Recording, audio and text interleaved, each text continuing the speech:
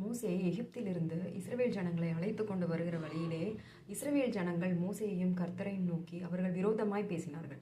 அப்படி பேசும்பொழுது ஒரு இடத்துல சர்ப்பங்களால் அவர்கள் கடிக்கப்பட்டு அவர்கள் இறந்து போகிற நிலைமைக்கு போறாங்க. அப்போ அந்த ஜனங்கள் மோசேயை நோக்கி சொல்றாங்க, நீங்க தேவனிடத்துல நாங்க செய்தது தவறு, ஆகையால் எங்களுக்காக வேண்டிக் கொண்டு நாங்கள் பிழைக்கும்படி எங்களுக்கு உதவி செய்யும் சொல்லிட்டு கதறாங்க. அப்போ கர்த்தர் மோசேயிடம் சொல்றாரு, நீ ஒரு சர்ப்பத்தை உருவாக்கி அதை ஒரு கம்பத்தின் மேல் கட்டி வை, எவன் அந்த சர்ப்பத்தை பார்க்கிறானோ அவன் பிழைப்பான் என்று. அதே போல ஒரு வெண்கல சர்ப்பத்தை செய்து ஒரு கம்பத்தின் மேல் கட்டி அதை தூக்கி வைக்கிறார். யார் கடிப்பட்டவர்கள், அந்த சர்ப்பத்தினாலே கடிப்பட்டவர்கள் யார் அந்த வெண்கல சர்ப்பத்தை பார்க்கிறார்களோ அவர்கள் பிழைத்து கொண்டார்கள். இது நம்ம பழைய ஏற்பாட்டில் மோசேல பார்த்த ஒரு ஸ்டோரி.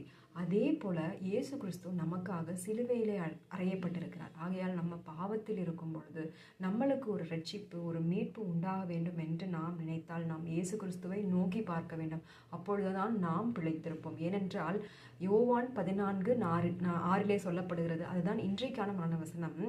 நானே வழியும் சத்தியமும் ஜீவனுமாய் இருக்கிறேன், என்னை அல்லாமல் ஒருவனும் பிதாவினிடத்திலே வரான். ஆகையால நம்மளுக்கு இயேசு கிறிஸ்து அவர் மாத்திரம்தான் ஒரே வழியாக இருக்கிறார். நம்ம வேற எந்த வழியில போனாலும் நம்மளுக்கென்று பரலோக ராஜ்யத்திலே இடம் கிடையாது. நம்மளுக்கு அவர் நம்மளுடைய பாவங்களை மன்னித்ததினால் நமக்கு ஒரு நிச்சயமாக ஒரு நம்பிக்கை இருக்க வேண்டும். என்னென்றால் பரலோகத்திலே எனக்கென்று இயேசு கிறிஸ்து ஒரு இடத்தை ரெடி பண்ணி வச்சிருக்காங்க. நம்ம அந்த இடத்தை அடைய வேண்டும்.